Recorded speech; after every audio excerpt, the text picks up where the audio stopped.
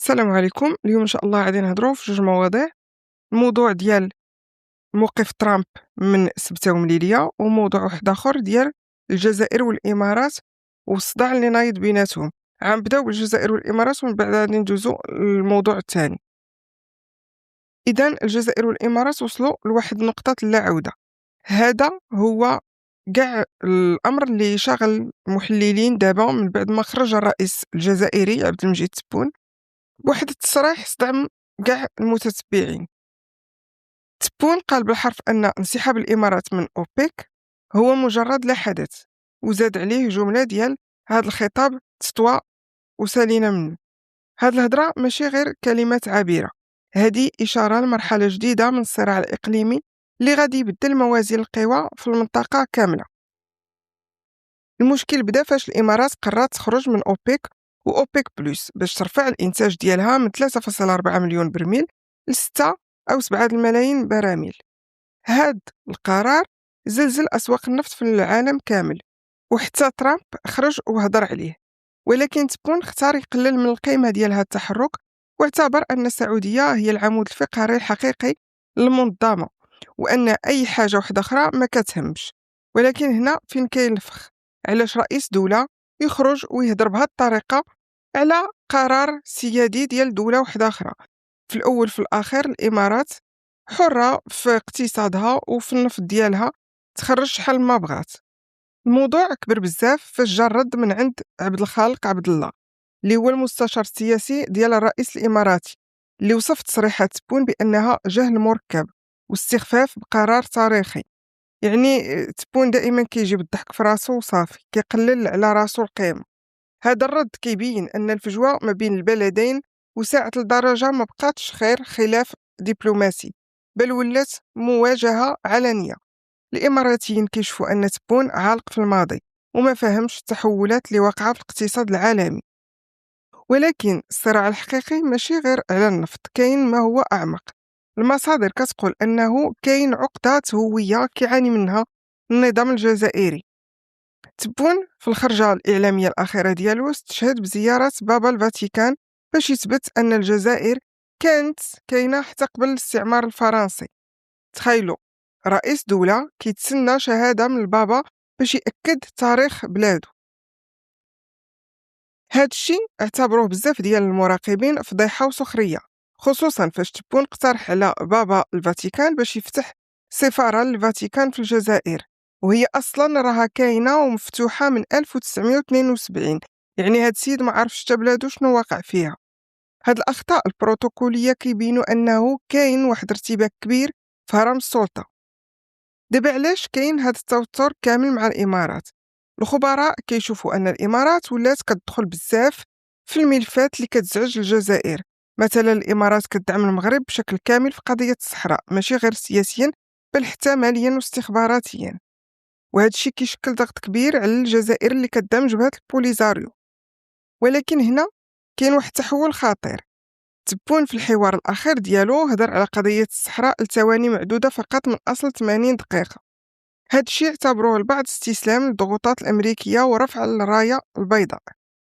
ولكن هنا فين كيبان الذكاء الاستراتيجي. الجزائر دابا كتحاول تصطف مع السعودية ومصر وقطر باش تشكل محور ضد المحور الإماراتي المغربي. تبون باغي يوصل رسالة للإمارات أننا ما كاينينش بوحدنا وأن السعودية هي الحليف اللي كنثقوا فيه. ولكن الحقيقة هي أن الجزائر كتعاني من عزلة إقليمية بسبب المشاكل ديالها مع جيرانها في مالي والنيجر وليبيا. في مالي وليبيا والسودان الجزائر كتهم الإمارات بأنها كتدعم حركات مسلحة وكتصرف فلوس باش تزعزع الاستقرار وتضرب المصالح الجزائرية. ولكن كاين اللي كيشوف أن هاد الاتهامات مجرد شماعة كيعلق عليها النظام الجزائري الفشل ديالو في تدبير الملفات الداخلية وحتى الخارجية. الإمارات كترد بأنها كتقلب غير على مصالحها الاقتصادية وما عندها حتى أطماع في الجزائر. الصراع دابا وصل لواحد النقطة اللي فيها داكشي تحت الطاولة أكثر من اللي كاين فوق الطاولة. يعني الضرب من تحت الحزام. الأجهزة الأمنية ما بين البلدين خدامة ليل ونهار في واحد الحرب استخباراتية صامتة. المثير في الأمر هو كيفاش تبون ولا رهينة لشبكات التواصل الاجتماعي. كاع هاد التصريحات على نوميديا والقديس أوغسطين جات كرد فعل على السخرية اللي كيتعرض ليها النظام في إكس وفيسبوك. تبون كيحاول يصنع حدث بأي ثمن، ولكن في الأخير كيصدق داير مسخرة بحد وصف بعض المعارضين. حتى المستشارين ديالو كيتهموهم بأنهم كيتعمدوا يخليوه يطيح في هاد الأخطاء باش يمهدوا لنهاية المرحلة ديالو. إذن واش كاين أمل في الصلح ما بين الإمارات اللي عوداتنا بالدبلوماسية ديالها أنها تخلي الباب موارب وما كتوصلش دائما للقطيعة النهائية، ولكن مع الجزائر الأمور ولات معقدة بزاف. الجزائر كتشوف أن أي خطوة إماراتية هي مؤامرة صهيونية ضدها، وهذا الخطاب القومي هو اللي كيخلي الشعب الجزائري متحمس شوية وكيغلب العاطفة على العقل، ولكن في الواقع كيزيد يغرق بلادو في مشاكل اقتصادية وسياسية. سؤالي ليكم، واش كتشوفوا أن تصريحات تبون ذكاء سياسي ولا هي غلطة بروتوكولية وغباء مركب كما وصفوا المستشار ديال الإمارات الرئيس الإماراتي؟ واش بصح الإمارات كتشكل خطر على الجزائر؟ كتبوا لي رأيكم في التعليقات، وما تنساوش تشتركوا في القناة وتفعلوا الجرس باش يوصلكم كل جديد على صراعات المحاور في عالمنا العربي. ودابا غادي نمشيو لموضوعنا ديال سبتة ومليلية. إذن فجأة وبلا مقدمات بلا حتى شي حاجة خرج الكونغرس الأمريكي بواحد الوثيقة رسمية كتقلب الطبلة على السبليون وكتقول لهم بأن سبتة ومليلية كاينين في المغرب وعلى الأراضي المغربية. هادشي ماشي مجرد كلام ديال الصحافة، هادي وثيقة ديال اللجنة الاعتمادات بمجلس النواب الأمريكي اللي كيرأسها حليف ترامب القوي ماريو دياس بالارت. ولكن هنا فين كاين واحد السم ميريكان.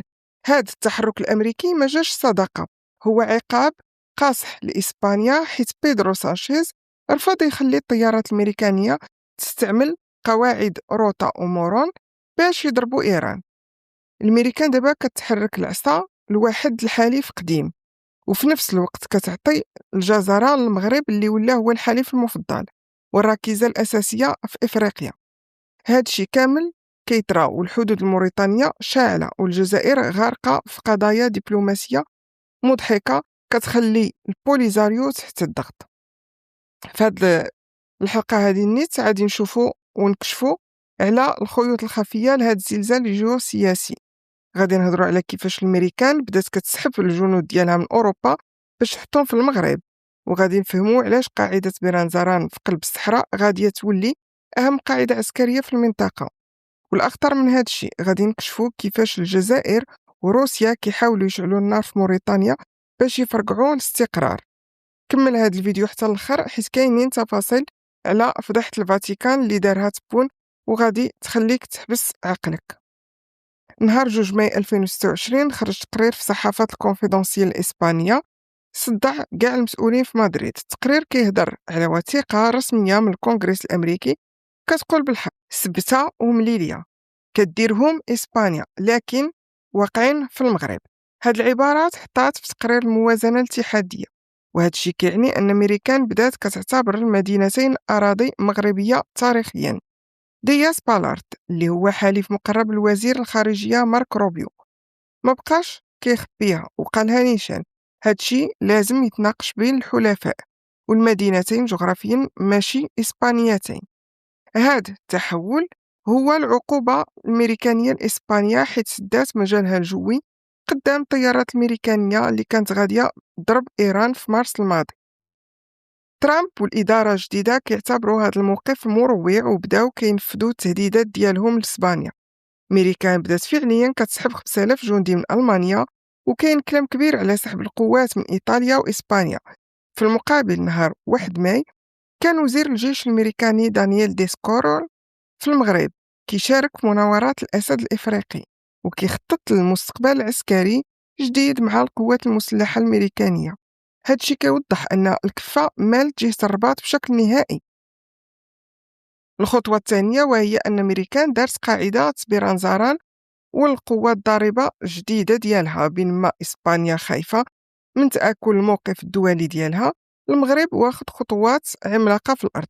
قاعدة برنزارة الجوية اللي قريبة من الداخلة تحولات من مجرد مهبط المروحيات لقاعدة عسكرية متكاملة قادرة تستقبل طيارات الشحن الثقيل والمقاتلات.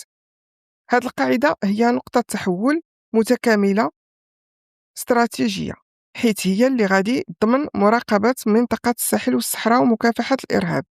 هذا التحرك داخل في خريطة طريق دفاعية ما بين الرباط وواشنطن باش يعزوا السيادة الجوية المغربية والقدرة الدفاعية على طول الجدار الرملي والحدود الموريتانية. الميريكان دابا كتشوف في المغرب هو الدرع اللي غادي يحمي المنطقة من التغلغل الروسي والإيراني، وهذا الشيء علاش واشنطن كتستخدم ملف سبتة ومليلية كعصا، كدير العصا في الرويضة باش تضغط على اسبانيا وتكمل الصفقة الكبيرة ديالها مع المغرب. خطوة واحدة أخرى وهي النار اللي كاينة على الحدود الموريتانية واللعبة الروسية الجزائرية. هنا الطريق ماشي سهلة، حيث كاين اللي باغي يشعل العافية. الجزائر مثلا ومعها الفيلق الإفريقي الروسي كيحاولوا ينقلوا عدوى الجماعات المسلحة لموريتانيا. الهدف واضح، يخوفوا نواكشوط باش ما تعترفش بمغربية الصحراء وباش تبقى مشغولة بأمانها الداخلي. روسيا نشرات إشاعات كتقول باللي كاينين 200 مقاتل دخلوا ديجا لموريتانيا، ولكن الجيش الموريتاني خرج ببيان قاصح ونفى كاع هاد الهضرة واعتبرها تضليل إعلامي. الجزائر من ناحيتها كتلعب على الحبلين. دائما كنقول لكم الجزائر عندها جوج وجوه، كتقول باللي هي ضد عدم الاستقرار، ولكن التقارير كشفت على 167 رحلة شحن روسية. الفيديو هو اللي حطيت البارح إلا بغيتيو تعرفوا التفاصيل.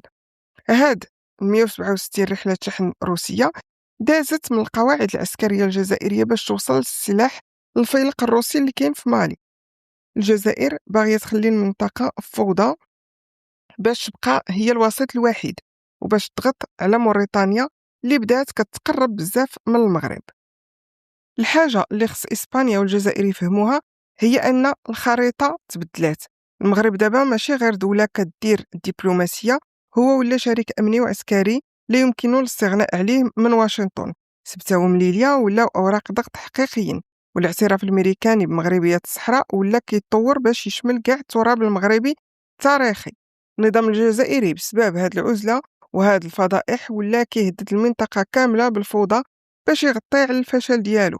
ولكن الرد الموريتاني واليقظة المغربية مدعومين بميريكان سدوا عليهم كاع البيبان. حنا دابا قدام مغرب كبير جديد كيتشكل، والفرص كاينة بزاف في المنطقة لا اقتصاديا ولا حتى فرص ديال الاستثمار. عادي نكون وصلت معكم هنايا للنهاية ديال الفيديو. قولوا لي شنو بان لكم في هاد التحركات الميريكانية، واش كتعتقدوا باللي سبتة ومليلية غاديين يرجعوا للمغرب في المستقبل القريب بسبب هاد الضغط؟ كتبوا لي في التعاليق ديالكم شنو رأيكم، وما تنساوش تبارطاجيو الفيديو إلا عجبكم وتشتركوا في القناة إلا كنتيو أول مرة كتشاهدوها باش يوصلكم كاع الجديد على كواليس السياسة في المغرب الكبير. شكرا وبسلام.